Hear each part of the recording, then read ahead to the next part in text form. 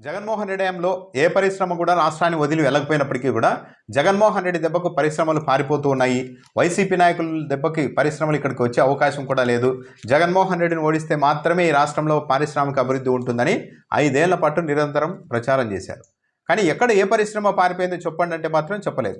కేవలం ఒక అమర్ రాజా సంస్థ, ఆ సంస్థ ఏమో ఏపీని వదిలిపెట్టి వెళ్ళిపోలేదు, బెదిరించి పరుగులు తీయించింది లేదు. కానీ తెలుగుదేశం పార్టీ ఎంపీకి, అప్పట్లో ఎంపీ కాబట్టి ఆయనకు సంబంధించిన కంపెనీ కావడంతో దాన్ని పట్టుకొని విపరీతంగా ప్రచారం చేసేశారు. కానీ ఆ సంస్థ ఇప్పటికీ ఇక్కడే ఉంది.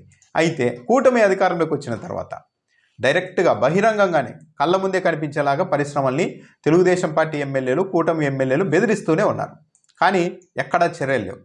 చివరకు తెలుగుదేశం పార్టీకి అనుకూలమని పేరున్న పత్రికల్లో కూడా రాస్తూ ఉన్నారు. మరీ అరాచకం ఎక్కువైపోయింది.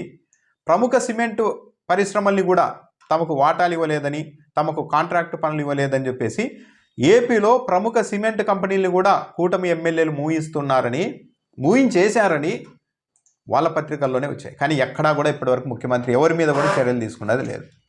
డైరెక్ట్గా చికెన్ షాపుల నుంచి కూడా తెలుగుదేశం పార్టీ ఎమ్మెల్యేలు డబ్బులు వసూలు చేస్తున్నారన్న వార్తలు ఇచ్చినా కూడా ఎక్కడా చర్యలు లేదు.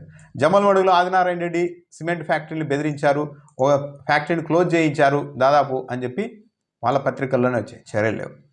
ఇక్కడ పల్నాడులో ఒక తెలుగుదేశం పార్టీ ఎమ్మెల్యేలు ఏకంగా 2 సిమెంట్ ఫ్యాక్టరీలని 2 నెలల పాటు మూసివేయించారు, తనకు వాటాలు ఇవ్వలేదు, ఒక్కో సిమెంట్ బస్తా మీద ఇంత డబ్బులు అంటూ ఇవ్వలేదని 2 నెలల పాటు మూసివేయిస్తే దాని మీద కూడా చర్యలు లేవు. ఆ తర్వాత ఇదంతా వ్యవహారం బయటకు రావడంతో మీడియాతో మళ్ళీ ఆ పరిశ్రమలు అయితే నడుస్తూ ఉన్నాయి. కూటమి అధికారంలోకి వచ్చిన వెంటనే శ్రీకాకుళం జిల్లా ఎచ్చెర్లలో కింగ్ ఫిషర్ బీర్ల కంపెనీ మీద దాడి చేశారు. వాటాలు ఇవ్వాలి, ప్రతి నెల ₹1.5 ఇస్తేనే మీరు ఇక్కడ బీర్ తయారు చేసుకోగలుగుతారు, ఇక్కడ నుండి బీర్ తీసుకెళ్ళగలుగుతారని చెప్పేసి డిమాండ్ చేయగా వాళ్ళు ఒప్పుకోలేదని ఏకంగా లారీల్ని ధ్వంసం చేశారు. కానీ ఎక్కడా చర్యలు. అక్కడ కూటమి ఎమ్మెల్యే. ఇప్పుడు లేటెస్ట్గా మరోటి ఇదే శ్రీకాకుళం జిల్లా ఎచ్చెర్లలో ఒక ఎమ్మెల్యే ఏకంగా రెడీమేడ్ కాంక్రీట్ మిక్సింగ్ ప్లాంట్ని బెదిరిస్తూ ఉన్నారు.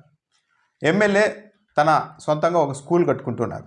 ఆ స్కూల్కి స్లాబ్ కోసం కాంక్రీట్ అవసరం కాగా అక్కడే ఒక పారిశ్రామిక పైడి భీమవరంలోని పారిశ్రామిక వాడలో ఉన్న శర్వాణి కాంక్రీట్ రెడీ మిక్సింగ్ యూనిట్ని బెదిరించబోయారు. తన స్కూల్కి ఫ్రీగా కాంక్రీట్ ఇవ్వాలని ఒత్తిడి చేశారు. కానీ ఆ సంస్థ ఒప్పుకోలేదు. మేము ఫ్రీగా ఇవ్వలేము, ఎమ్మెల్యే అయితే కావాలంటే తక్కువ రేటుకి ఇస్తాము, కొద్దిగా రేటు తగ్గించుకొని ఇస్తామని చెప్తే అస్సలు ఒప్పుకోలేదు. 15 లక్షల రూపాయలు విలువైన కాంక్రీట్ను మొత్తం ఫ్రీగా ఇవ్వాల్సిందే అని ఎమ్మెల్యే బెదిరించారు. అది సాధ్యం కాదు అని చెప్పేసేసరికి ధర తగ్గించిస్తామన్న కూడా ఒప్పుకొని ఎమ్మెల్యే అయినా నాకే ఉచితంగా నా స్కూల్కి స్లాబ్ వేసుకుంటూ ఉంటే కాంక్రీట్ ఇవ్వరా, మీరు ఎలా పరిశ్రమ నడుపుతారో చూస్తామంటూ ఏకంగా రెవెన్యూ అధికారులను, పొల్యూషన్ కంట్రోల్ బోర్డు అధికారులను, మామూలు గ్రామ పంచాయతీకి సంబంధించిన అధికారులను, తహసీల్దారులను అందరినీ బెదరగొట్టి మరీ 2 నెలలుగా ఆ పరిశ్రమ మీదకి పంపిస్తూ ఉన్నారు. వాళ్ళు ఏకంగా పంచాయతీ పన్నులకు సంబంధించి ఏకంగా 21 లక్షల రూపాయలు ఫైన్ వేసేశారు ఆల్రెడీ. మిగిలిన విభాగాల నుంచి కూడా విపరీతమైన ఒత్తిడి చేస్తూ ఉన్నారు, బెదిరిస్తూ ఉన్నారు. ఇది శ్రీకాకుళం జిల్లాలో ఒక కూటమి ఎమ్మెల్యే చేస్తున్న దౌర్జన్యానికి సంబంధించిన పరిస్థితి. ఇలా అయితే మాకు సాధ్యం కాదు, మేము ధర తగ్గించిస్తామని చెప్పాము ఎమ్మెల్యేకి గౌరవం మీద, కానీ ఆయన మాత్రం ఫ్రీగా ఇవ్వాల్సిందే మాకు అని చెప్తున్నారు. అలా ఫ్రీగా ఇస్తూ వెళ్తే మేమెక్కడ పరిశ్రమ నడపగలుగుతాం?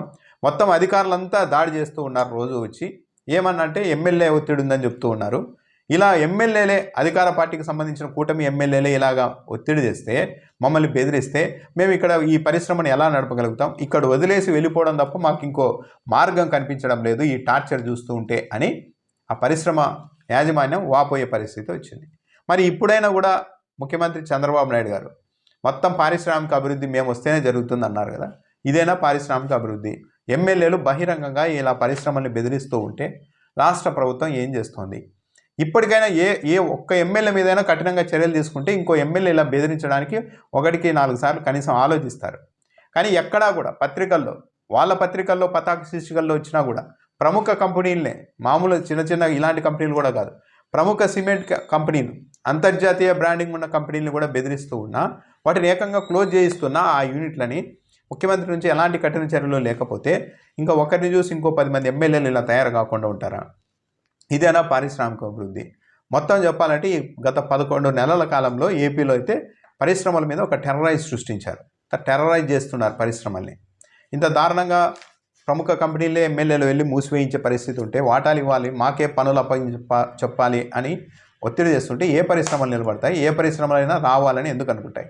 ప్రముఖ కంపెనీలు వాళ్ళ నెట్వర్క్లో ఎక్కడైనా సమావేశాలు జరిగినప్పుడు ఇతర కంపెనీలతో కూడా ఈ ఏపీలో పరిస్థితులు ఎలా ఉన్నాయి షేర్ చేసుకుంటారు కదా, తమను ఎలా వేధిస్తున్నారో కూడా పారిశ్రామిక వర్గాల్లో వాళ్ళు ఒకరికొకరు చెప్పుకుంటారు కదా.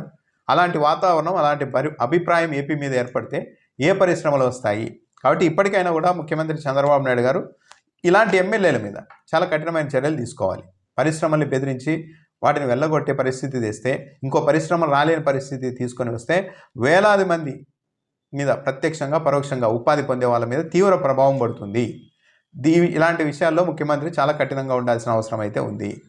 15 లక్షలు పెట్టి సొంత స్కూల్కి కాంక్రీట్ వేసుకోలేని స్థాయిలో ఎమ్మెల్యేలు ఉన్నారా ఈరోజు? అంటే కకృతి కాకపోతే మేము ఎమ్మెల్యేలు కాబట్టి మాకు అన్నీ ఫ్రీగా చేసి పెట్టాలనే పరిస్థితులు కూటమి ఎమ్మెల్యేలు ఉంటే వాళ్ళని కంట్రోల్ చేయలేకపోతే ఒక ముఖ్యమంత్రి, ఇంక ఇది సరైన పరిపాలన ఎలా అవుతుంది?